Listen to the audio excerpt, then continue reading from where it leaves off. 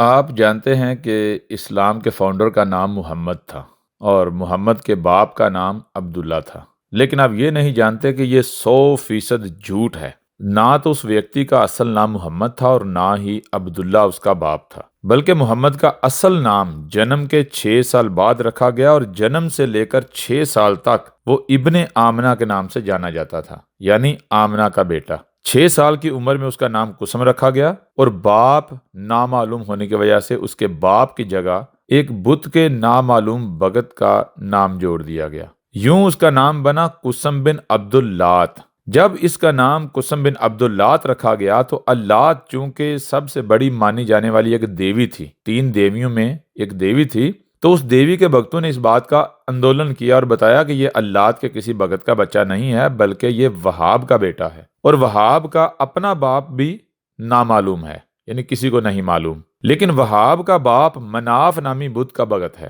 وہاب کو ابی کبشہ کہتے تھے، اس لیے جسے محمد رسول اللہ کہا جاتا ہے اس کو ابن ابی ابشہ کہا جاتا تھا۔ ڈیٹیلز کے لیے، تفصیل کے لیے چینل کو سبسکرائب کر لیں، اور چینل پر ایسے تمام ثبوت اور شواہد موجود ہیں جن کا کوئی انکار نہیں کر سکتا، اور ہماری کسی بھی بات کو غلط ثابت کرنے والے کو $1,00,000 امریکی انعام دیا جائے گا۔